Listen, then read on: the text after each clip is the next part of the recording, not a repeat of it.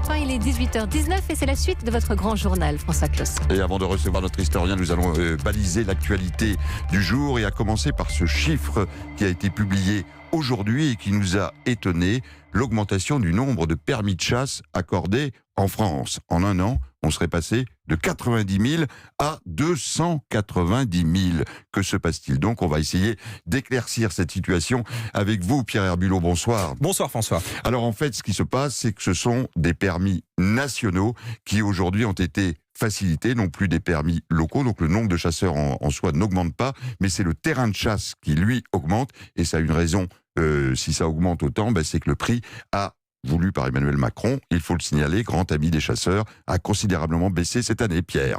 Oui, c'est ça. En fait, c'est pas le nombre de chasseurs, mais le potentiel de chasse qui augmente, puisqu'avec le permis national, c'est toute la France qui devient un terrain de chasse. Jusque l'an dernier, il était délaissé par les chasseurs qu'ils trouvaient trop cher par rapport au permis départemental. Emmanuel Macron, vous le disiez, est passé par là. Son prix est passé de 400 à 200 euros. Résultat, les demandes explosent. Un chasseur sur deux a choisi un permis national cette année, contre 1 sur 10 l'an dernier. C'est au-delà des attentes de la Fédération française de chasse, mais ça désole les associations de protection de l'environnement. C'était le cadeau de trop pour Alain Bougrain-Dubourg de la Ligue de protection des oiseaux.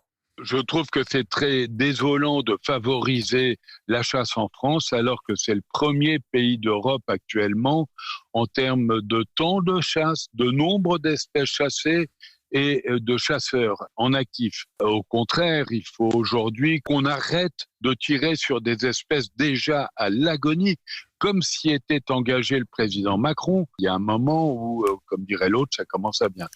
La baisse du prix du permis de chasse devrait créer également un manque à gagner de 18 millions d'euros pour l'État, autant d'argent qui pourrait être investi dans la protection de l'environnement, pestent les associations. Merci Pierre Herbulot.